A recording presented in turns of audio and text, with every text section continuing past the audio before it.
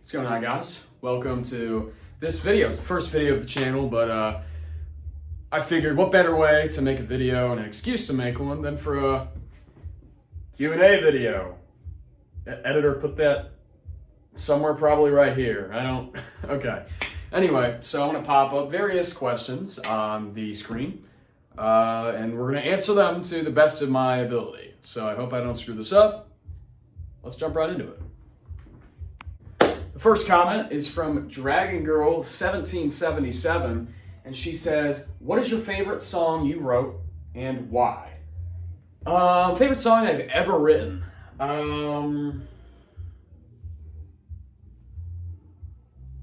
Honestly, I might have to say Hail and Rain. It was a song that I wrote in the shower. I thought of a lyric and a chord progression I put together. It's pretty simple, the story of it, but when it comes out, you guys will have a better understanding of it. Hail and Rain is currently unreleased for those of you who don't know. And yeah, thank you for that question. This Q&A is from Emily Lamont, 1122, and she says, "Do you like waffles?" I'm more of a pancake guy, but I don't mind a good waffle if it's made correctly. Thank you for your question, Emily. This question is from Stranger Things for Life 123. She says, "How long does it take you to learn and write the songs that you create, and how do you come up with them?" It's a great question. Honestly, it could take weeks, days, months. I mean, you never really know. There's still songs that I wrote last year that I'm trying to finish, but honestly, I might just give up on them. Also, please ignore the laughter and everything in the background. My neighbors are having a party, so yeah. Anyway, and I usually come up with them. I think of struggles that other people have come up with, or even myself, so I put a lot of my own feelings and the ways that I communicate into song form. So if I have certain things that are hard for me to come up with, like how to share my feelings, I put that into a lot of my music. I think it's a very important thing as songwriters to do, because there's a lot of people that are struggling with the same things that you go through, and a lot of people you can't just tell that story to. So what better way than to come up with a song that people could remember for decades, years. I mean, some people will probably remember it for a day, my music.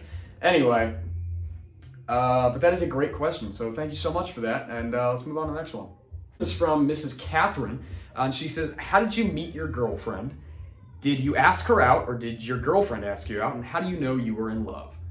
Well, I asked her out. We met on an Instagram live stream. I clicked on it, and I wrote a book about this, and I gave it to her. I would love to explain it. It's a very long story, but to sum it up, I had a dream since I was a kid that I met some woman who looked to be about my age, and I knew when I met her on this Instagram live that this was the person I wanted to be with, because she's not just the woman of my dreams, and has turned out to be the woman of my dreams, but she is the woman in my dreams. I don't know if that makes sense, but to me it really does, and it was the most powerful thing I've ever felt. And no matter what I could do, she has just some grip on my heart that I could not tell you how. Parties. Anyway. So yeah, thank you so much for that question, Catherine. I enjoyed talking about my girlfriend, and thank you. Next question. This question is from Big Hit Entertainment 6256. Also, yes, I'm reading them from a computer that's down here, so I'm sorry. While I'm editing this, they're up there. Anyway, when was the first time you realized that you got a beautiful voice, and who was the first family member to show support to you? That's a great question. Honestly, I've never been fond of my own voice. I kind of just sing the way I talk. And I usually pitch my voice up like this to talk to you guys, so it's easier for you all to understand what I'm saying. But speaking from my diaphragm is usually down here. So I usually sing from my diaphragm, like most singers, and I talk up here. It takes a lot more breath and energy to go up here, so when I'm calm, I'm usually talking like this. But anyway, I don't know if I realized I got a beautiful voice. I still kind of haven't. But the first person to fully ever show support to me was the first person who got me hooked on country music, which was my Aunt Shelly.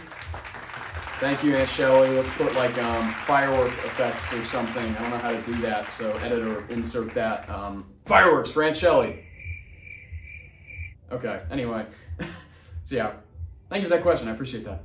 This question is from Allison C4F, and she says, if you could do a collab with anyone, who would it be and why?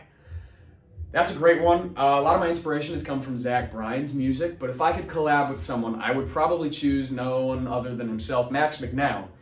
He was the first person to really inspire me to write music and do all the things that I could like that. Those of you who don't know, you've probably heard his music. Brown Eyes or A Lot More Free, those are his two popular ones. He's got lots more, go check him out. So yeah, that is definitely who I would collab with, and that is the reason why. Next question. This question is from Mark Miller. He says, can you release covers of songs on Spotify and your own music? Well, Mr. Mark, I have released covers. I have a cover of Bowery by Zach Bryan and Kings of Leon out now, and I do have my own music released as of a few months ago. So yeah, go check it out. It's under Elliott Robert Johnson, same username as this channel. Thank you. Question is from Bella Bailey Zimmerman fan. If you could choose one big thing to happen in your music career in the future, what would you choose to happen? I would want to sell out stadiums. Not to the rich people who can just afford my shows. My goal is to keep my shows affordable for all fans, because I want everyone to enjoy the music, you know. And there's not a big enough venue that I could, you know, have to, let's say, have so many fans at, where it's not just rich people trying to sell stuff on Ticketmaster. But yeah, definitely sell out my shows to fans who really genuinely care about the music. Thank you. This question is from Mrs. Audrey Jacobs. She says, if you couldn't do country music anymore, would you do a different genre or quit music? What other genre would you do? Well, Aubrey, I'm a huge fan of pop and rock, stuff like that. People like Michael Jackson and Kings of Leon, they're really great. I would probably do pop, honestly, or something like Ezra Fudge. Pop up a picture of Ezra right here. Editor, please. Okay, I think it's, yup, okay, anyway, him. So yeah, I would definitely probably do pop or something like Ezra Fudge. I think it's called alternative rock. Correct me if I'm wrong, but yeah, huge fan of Michael Jackson. So. I apologize that I don't know how to pronounce this name. I think it's Dutzen. What is one instrument you haven't learned but would like to learn maybe in the future? I think saxophone would be a huge one I want to learn, mainly for the song Careless Whisper. I would love to just annoy my family and friends with that song. So yeah. From Abriel, or Aubriel, I'm sorry, I don't know how to pronounce that as well.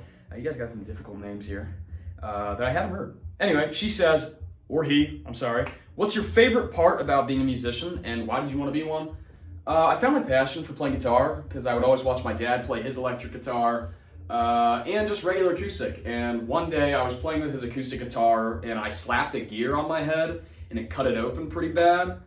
And then from that moment forward, I kind of hated guitar just because of that. And then I realized one day it sounded so beautiful that I picked it up again and started playing.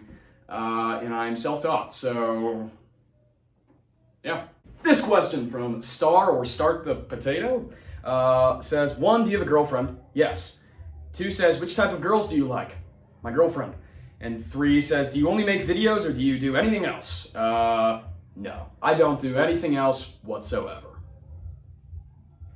This question from Olive2000 says, what's your favorite childhood memory?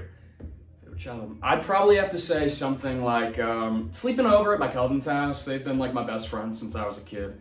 And I mean, I still am, but you know, definitely that. I've had most of my nostalgic memories with them. And we would just do like Easter egg hunts. We'd do like role playing, like just tons of stuff, video games, playing like kids do, you know? And honestly, thinking about that brings back tons of memories, and now I'm really happy. I mean, not to say I wasn't happy before, but, you know. Anyway, thanks for that question. It brought back a lot of memories. Thank you.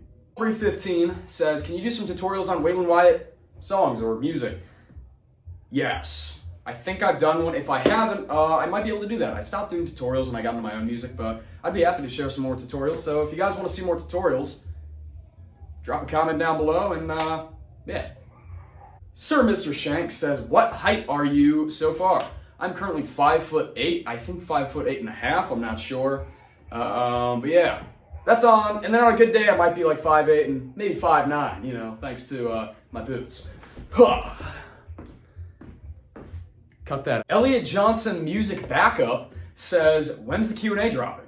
Well, Elliott, the Q&A dropping right now. This video's out, so go check that out, man.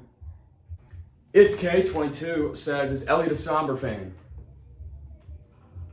Yes and no. I'm going to say no because of the weird allegations going on, but I'm going to say yes because me and my girlfriend started listening to his music a while back when he released, I think it was Back to Friends, I'm not sure. But yeah, pretty good artist, and sure, I'm a fan of him. Watch out! Watch out!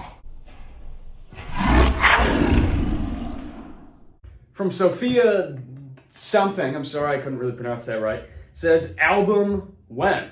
I'm hoping on dropping an album early 2026. So yeah, we can look forward to that. This album is going to be coming out. It's called 8th Avenue. Get ready for it. Sebastian Molinix3 says, hi. Hi. Studentships55 says, what's your goal in 5 years? To be doing the same thing I'm doing now, but be more popular and get to share all my music with you guys. So thank you. From Sydney, she says, what's your favorite original song? I answered this earlier. Hail and Rain is my favorite.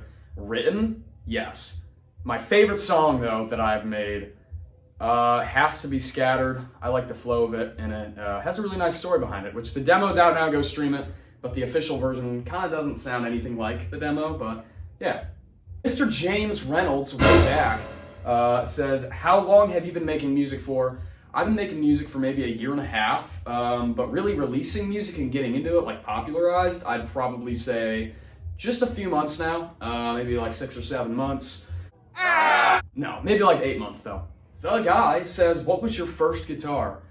My first guitar was actually a George Washburn D10 CE model, electric acoustic, and it's my father's, but he kind of gave it to me because I'm like the only one who uses it.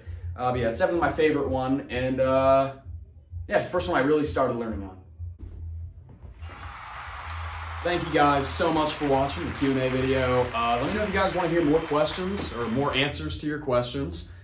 And I will look forward to responding.